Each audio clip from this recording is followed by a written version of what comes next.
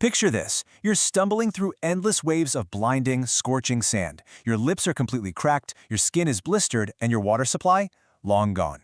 You are literally staring death right in the face, wandering totally alone in the vast, unforgiving Sahara Desert. Well, welcome to this explainer. Today we're diving into one of the most astonishing, jaw-dropping tales of human survival ever recorded, the story of Mauro Prosperi. 300 kilometers off course, utterly, completely alone. Now, by the time the rest of the world realized what was happening, something had already gone terribly, terribly wrong. He had completely lost his way. He had exhausted every last drop of his supplies. Basically, he had walked straight into a living nightmare. So, how on earth did an elite, highly trained athlete find himself in such a desperate situation? Let's find out. Section 1. Alone in the desert. To really wrap our heads around the sheer terror of that kind of total isolation in the Sahara, we need to rewind the clock a bit and look at exactly how this unbelievable nightmare began. Section 2. The toughest foot race. Let's travel back to April 1994. The setting is southern Morocco. And our protagonist? A 39-year-old Italian police officer and former Olympic-level pentathlete named Mauro Prosperi. He's lean, he's highly experienced, and he is standing at the starting line of the notorious Marathon des Sables. 250. That is the punishing distance, in kilometers, of this brutal 6-day foot race. It literally crosses some of the most unforgiving terrain on the entire planet. And the ultimate rule of the race? Absolute self-sufficiency. I mean, runners carry absolutely everything they need to survive right on their backs. Their food, their sleeping bag, a compass, and an emergency flare. That's the whole shebang. Now, during the race, daytime temperatures were soaring. And by soaring, I mean they were rising rapidly to extreme levels, pushing well above 50 degrees Celsius. The heat was just relentless. Yet, Mauro was feeling confident. His preparation had been meticulous.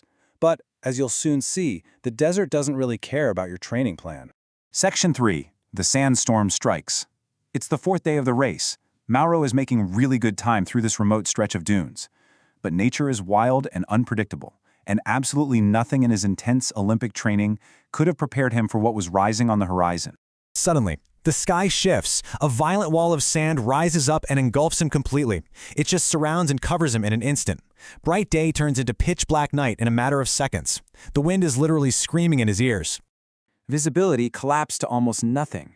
Just imagine the absolute panic of that moment. He pulls out his mandatory compass, but it's completely useless. The swirling, chaotic sand has obliterated any sense of direction. He tries to keep moving, but he's totally disoriented, completely blinded by this ferocious storm. After 8 terrifying hours, the storm finally subsided. Its fury gradually became less intense and faded away. Mauro looked around, fully expecting to see the race trail, but the reality was devastating. The footprints he had been following, they were simply gone, completely buried under a fresh, unmarked blanket of sand. Section 4. An agonizing struggle. Now, initially, Mauro's mind is actually incredibly clear. He makes a rational, clear-headed decision. He knows that wandering around aimlessly will make him impossible to find, so he climbs the tallest dune in sight, waits, and fires his emergency flare into the sky. But here is the tragedy of it all. The storm had blown him so incredibly far off course that the search planes were looking in an entirely different area. Mauro is now facing an agonizing reality. It's a situation of extreme, unbearable pain, both mentally and physically. Because he had waited, hoping for a rescue that simply wasn't coming, he had already consumed most of his precious water supply. The agonizing onset of severe dehydration was beginning to shut down his body. By the time day 5 rolled around, his water supply was completely depleted. To stave off death, he resorted to desperate, unthinkable measures. He drank his own urine. After stumbling upon an abandoned desert shrine, he actually caught bats and drank their blood just for the moisture. He ate raw lizards. He would walk only at dawn and dusk, digging shallow scrapes in the sand to hide from the brutal midday sun.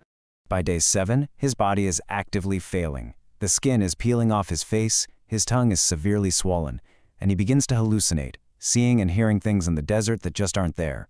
His mind is fracturing under the strain.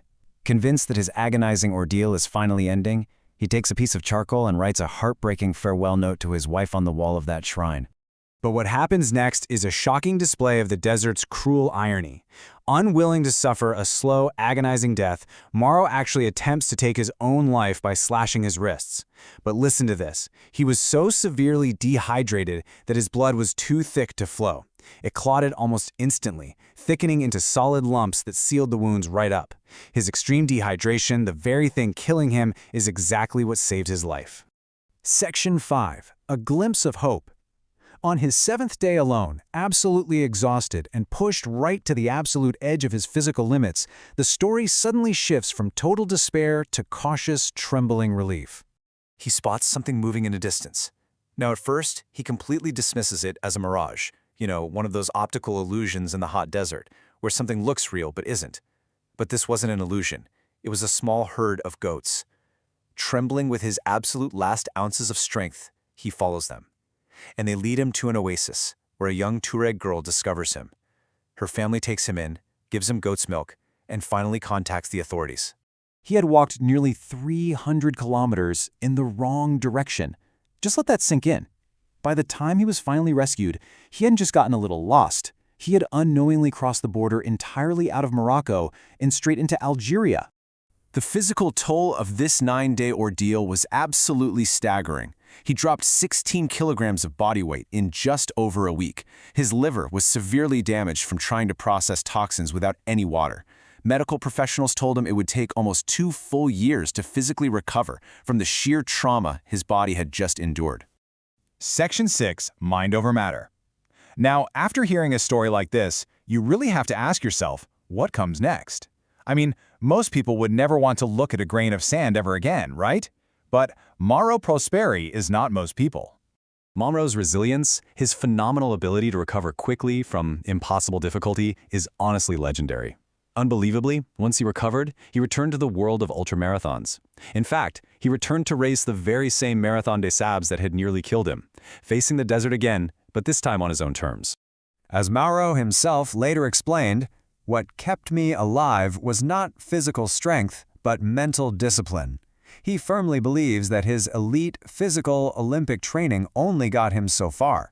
Ultimately, it was his refusal to panic, his ability to make calm decisions in a crisis, and his stubborn, unyielding determination to see his family again that truly kept his heart beating. So on one hand, you have physical endurance, the muscles, the cardiovascular training, the hydration. But on the other hand, you have mental discipline, the psychological grit, the problem-solving, the raw will to live. When his physical body completely failed him, his mind took the reins. Now, as we prepare to hand this explainer over to your classroom, I really want you to focus on these core themes. Think about the balance of mental versus physical endurance. Think deeply about the psychology of going back. Why on earth would someone return to the source of such intense trauma? And finally, reflect on decision-making under severe stress. How do we train our minds for the unthinkable? Was it sheer luck that saved Mauro Prosperi, or was it his ironclad mental discipline? And why might survivors feel compelled to return to the very place that nearly killed them? Well, I'll let your teacher take it from here. Discuss, debate, and analyze this incredible journey. Thank you so much for joining me for this explainer.